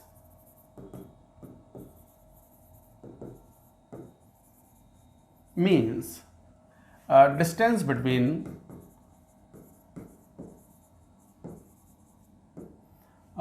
nucleus and outermost electron. Outermost electron और न्यूक्लियस के बीच की जो दूरी है that is called atomic radius या एटॉमिक साइज, उसे ही बोल देते हैं। Understood. Bonding methods, bonding data is used to measure atomic radius. Based on that 3 तरह के एटॉमिक रेडियस हम मेजर करते हैं। First, covalent radius.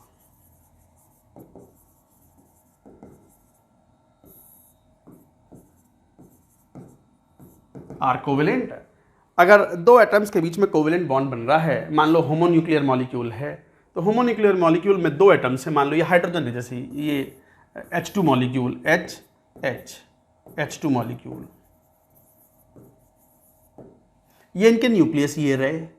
आप तो जानते हो ये तो कोवेलेंट बॉन्ड बन रहा है और कोवेलेंट बॉन्ड ओवरलैपिंग से बनता है। तो इनके जो इंटर न्यूक्लियर डिस्टेंस है, इसको हम एक्सपेरिमेंटली मेजर कर लेते हैं, D,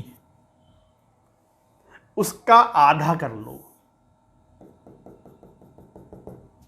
तो ये है are covalent.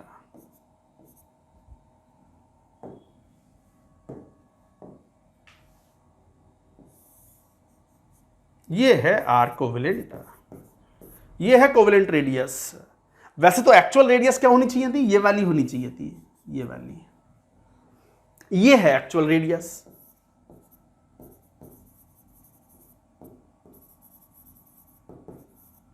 But actual radius measure कैसे करें, कर नहीं पाएंगे, क्यों, इलेक्ट्रॉन की पोजीशन सर्टेन नहीं है। तो हम कोवेलेंटली बॉन्डेड मॉलिक्यूल लिया, होमोन्यूक्लियर मॉलिक्यूल लियो, वो बढ़िया है, जैसे H2 मॉलिक्यूल है, कंबाइन करवा दिया, ओवरलैपिंग हो गई, इलेक्ट्रॉनिक क्लाउड बन गया।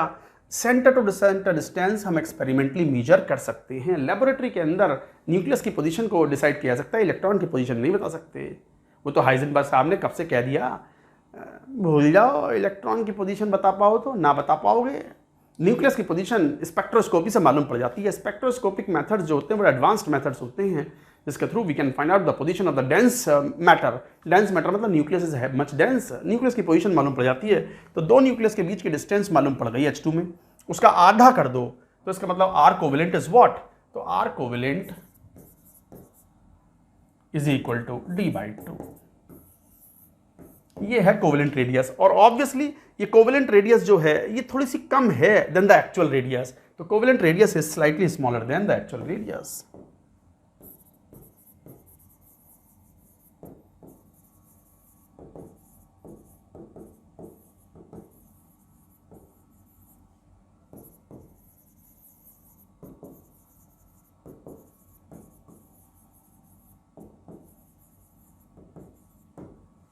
तो covalent radius is slightly smaller than the actual radius, थोड़ी सी छोटी होती है बट काफी कुछ एक्चुअल साइज के आसपास होती है। मोस्ट एक्यूरेट तो यही है कोवेलेंट रेडियस। अच्छा सर, ये तो होमोन्यूक्लियर मॉलिक्यूल था,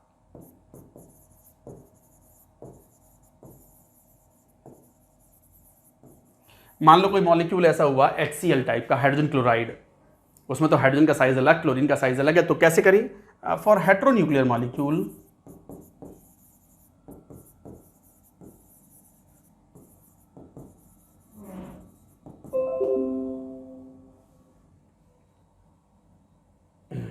जाओ भाई क्या।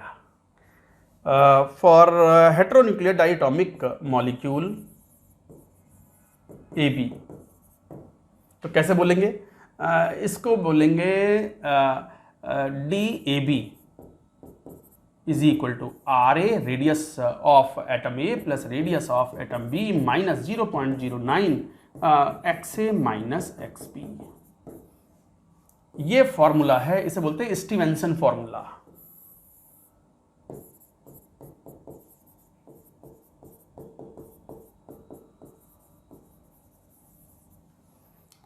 अच्छा, स्टीवेंसन फॉर्मूला में कौन क्या है वो अगली स्क्रीन पर चलें, मैं डायग्राम के साथ बता देता हूं। 0.09 है ये, 9। नोट करो पूरी बात एक बार। हालांकि ये फॉर्मूले पे क्वेश्चंस तो रेयरली हमने तो देखे ना आज तक, कभी जेई ने क्वेश्चन पूछे हो इन फॉर्मूलों पे, बट फिर भी जैसे ये HCl, Cl का साइज तो बड़ा है तो कोवेलेंट बॉन्ड ना,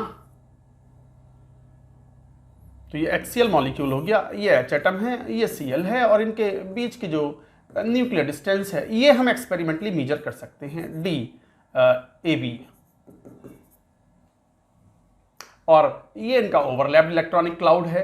अब इनकी एटॉमिक रेडियस पता हूं तो DAB आपने क्या लिखा अभी फॉर्मूला, RA प्लस दूसरे वाले एटम का radius RB minus 0.09 XA minus XB। अब बात आती है ये XA XB का स्टीवेंसन फॉर्मूला है, वेयर RA RB क्या है? एटॉमिक रेडियस या रेडियाई, रेडी साहब, रेडी साहब नहीं यार, radii is the plural of radius, तो atomic radii of atom A and B in angstrom. DAB क्या है वो तो साफ दिख रहा है, इंटरन्यूक्लियर डिस्टेंस।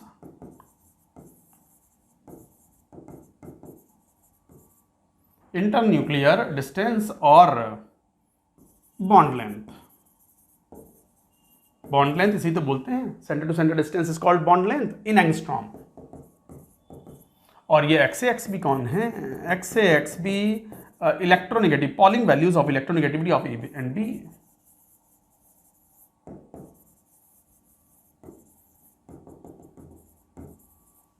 हालांकि इलेक्ट्रोनेगेटिविटी पढ़नी बाकी है, आएगी 4th प्रॉपर्टी, हमें 4 प्रॉपर्टी पढ़नी है, पहली शुरू की है atomic radius, ionisation energy, electron affinity and electronegativity, 4 main property है। हालांकि 5वीं भी पढ़ते हैं हम, acidic and basic nature of oxides. तो Pauling values of electronegativity of A and B, Pauling scale में इन वैल्यूज को मेजर करते हैं और वो वैल्यू पुट करते हैं, तो यहां से हम किसी एलिमेंट की atomic radius, covalent radius find out कर सकते हैं।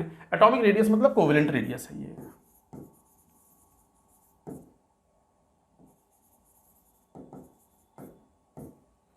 समझ गए बात को? तो इस तरह का फॉर्मूला है। अच्छा एक बात और, ये तो सिंगल कोवेलेंट बॉन्ड है, जैसे HH single covalent bond, HCl, तो ये तो सिंगल कोवेलेंट बॉन्ड है।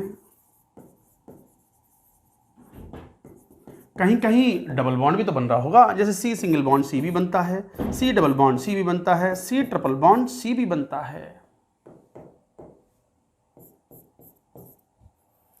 अब एक बात ध्यान दो, ये bond length A picometre, P picometre, C picometre, जितना बॉन्ड ऑर्डर ज़्यादा होगा, बॉन्ड ऑर्डर मतलब जैसे ये C ट्रिपल बॉन्ड C मतलब ट्रिपल बॉन्ड में इलेक्ट्रॉन डेंसिटी ज़्यादा है तो न्यूक्लियस के बीच फोर्स ऑफ अट्रैक्शन ज़्यादा है तो बॉन्ड लेंथ छोटी होगी। तो ट्रिपल बॉन्ड की बॉन्ड लेंथ छोटी होती है, डबल बॉन्ड उससे बड़ी, और सिंगल बॉन्ड की बॉन्ड लेंथ सबसे लार्ज होती है। तो ध्यान दो, C is greater than B is greater than A, increasing bond length. BL मतलब बॉन्ड लेंथ। तो इसका मतलब ये हुआ कि अगर C में ट्रिपल बॉन्ड है तो कोवेलेंट रेडियस सब में छोटी आएगी, तो इसका मतलब TBCR is less than DBCR is less than SBCR, increasing covalent radius, radii for same element। Same elements के बीच में बॉन्ड हो, जैसे मैंने एग्जाम्पल लिया ये रहा, C single bond C double bond C triple bond C. एक तो ये है कि कोवेलेंट रेडियस वैसे ही बहुत थोड़ा सा छोटा है एक्चुअल साइज से, डबल बॉन्ड में तो और छोटा हो जाएगा। तो मोस्ट एक्यूरेट रेडियस इसमें से कौन सी होगी? Single bond covalent radius.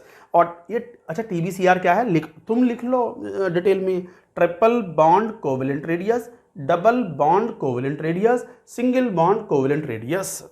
तो single bond covalent radius largest है एंड एक्चुअल कोवेलेंट रेडियस के सबसे क्लोज कौन होगा? Single bond covalent radius. तो SBCR is most accurate radius of an element. किसी एलिमेंट का जो रेडियस है, एटम का साइज है, वो सबसे एक्यूरेट कौन सा होता है? SBCR। SBCR भी एक्चुअल रेडियस से थोड़ा सा छोटा है, तो ट्रिपल बॉन्ड कोवेलेंट रेडियस तो और छोटा हो जाएगा, हालांकि ज़्यादा डिफरेंस नहीं होता। तो ये थी कोवेलेंट बॉन्ड रेडियस। नोट करो बच्चों, इससे जुड़ी हुई और जो बातें हैं, van der Waals radius, metallic radius, उनके साइज के trends, we shall take in the next lecture. That's it for now.